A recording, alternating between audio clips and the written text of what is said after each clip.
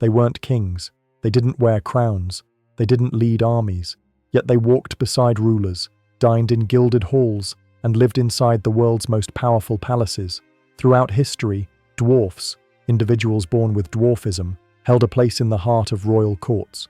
They were entertainers, companions, attendants, and, sometimes, quiet witnesses to the rise and fall of empires.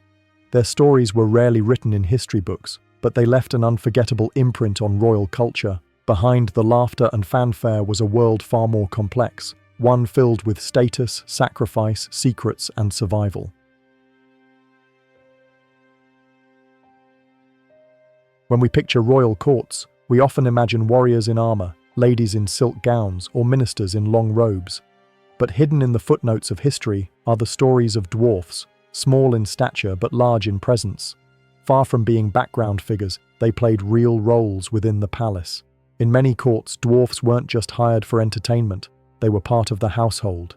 They served as personal attendants to queens, playmates to royal children, and even bodyguards for traveling nobles. Their constant proximity to rulers allowed them to observe the most intimate aspects of court life. Why were they trusted?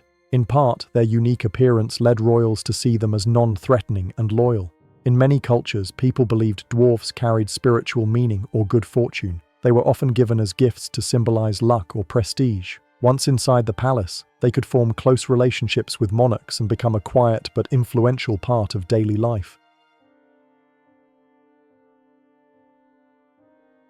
In royal courts, everything was about image. The way a ruler dressed, the animals they kept, the foods they ate, and the people who surrounded them all sent a message to the world. Look how powerful I am. Dwarfs were often included in this image, not out of mockery, but because their rarity made them a symbol of exclusivity.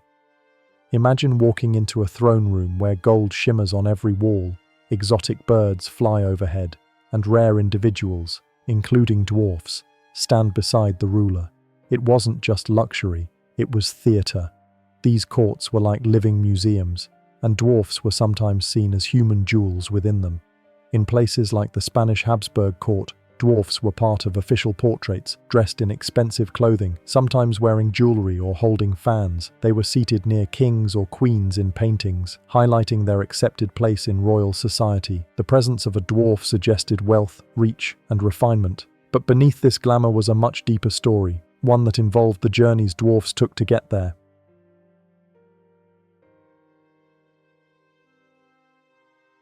Unlike noble-born courtiers, many dwarfs didn't choose to enter palace life. It was chosen for them. Some were born into poor families who believed their child might have a better life serving the royal family. Others were discovered by royal scouts or noble merchants who saw a unique opportunity and took the child to court. In some cases, dwarfs were bought, not unlike the way rare animals were collected by the aristocracy. In 16th and 17th century Europe, there was a quiet trade in individuals with dwarfism. Some were given as gifts between noble houses, meant to show off wealth or form alliances. In the Ottoman Empire, North African courts, and Mughal India, similar traditions existed. A dwarf arriving at court might be dressed in fine silks and paraded before guests, but the reality was often more complicated. While some lived comfortably, others lost contact with their families, had no personal freedom, and were expected to dedicate their lives to serving the palace. Living in a palace sounds like a dream, but it depended entirely on who you were. For dwarves, court life could be unpredictable. Some were deeply cared for and respected by the families they served. They received private rooms, high-quality clothes, and were allowed to speak freely with royals. Some were even taught to read, write, and learn court etiquette. But not all stories were happy. Many dwarfs were given specific roles, like court jesters or entertainers, and were expected to perform on command. They might dance, sing, recite poetry, or even participate in comedic acts that made fun of their appearance. Refusing could mean punishment or exile from the palace. Even their clothing could be controlled. While royals wore elaborate robes, dwarfs were sometimes dressed in colorful or unusual costumes meant to attract attention. In public events, they might be paraded through the halls during banquets or festivals. And yet, through all this, many adapted. They formed deep bonds with royal children, acted as confidants, and built quiet influence within the court's social structure.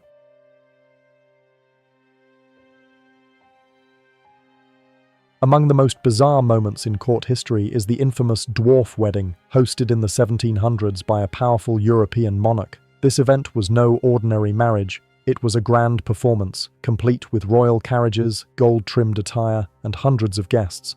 Every participant, from the bride and groom to the guests, musicians, and even the priest, was a person with dwarfism. The reason? It was designed purely for the amusement of the court. The idea of a miniature royal ceremony fascinated nobles, and this staged event was intended to shock and entertain. Though the participants were real people, the event was carefully choreographed to feel like a living puppet show. It's a reminder that even when dwarfs held center stage, they were not always treated as individuals, but as parts of a larger display of wealth and eccentricity.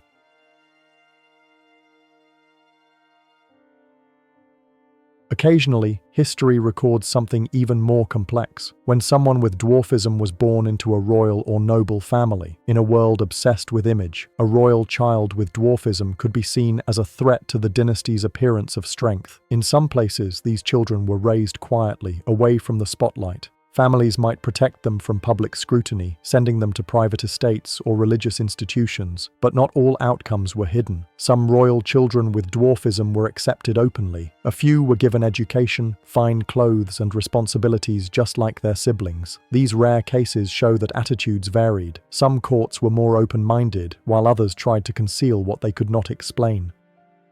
Unfortunately, due to the secrecy of the time, many of these stories were never fully told. But whispers in royal records and journals hint that such children existed, and their experiences were as rich and complex as those of any prince or princess.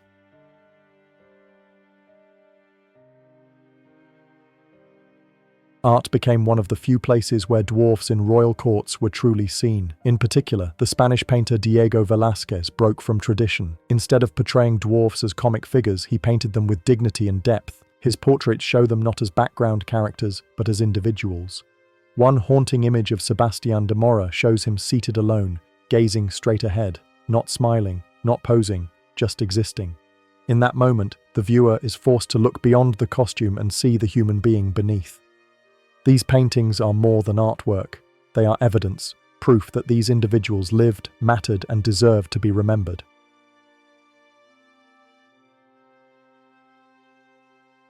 As time passed and monarchies began to fade, the roles of dwarfs in royal courts disappeared. The tradition of keeping dwarves as symbols of fortune or spectacle became outdated, and new ideas about human dignity and inclusion began to take hold. But for many centuries, they were part of something much larger than themselves. Their lives were shaped by the politics of power, the hunger for wonder, and the desire to impress. Some rose to high positions, others vanished from history. Many names were forgotten, but their impact remains, written subtly in paintings, letters, and the corners of royal stories.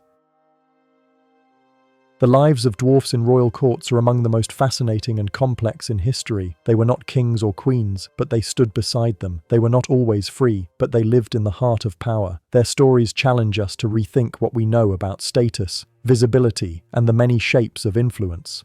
They remind us that history is not only made by the tallest voices in the room. Sometimes it's the quietest presence in the corner, the one wearing silk, holding a fan, or whispering a truth to a queen, that carries the deepest story of all.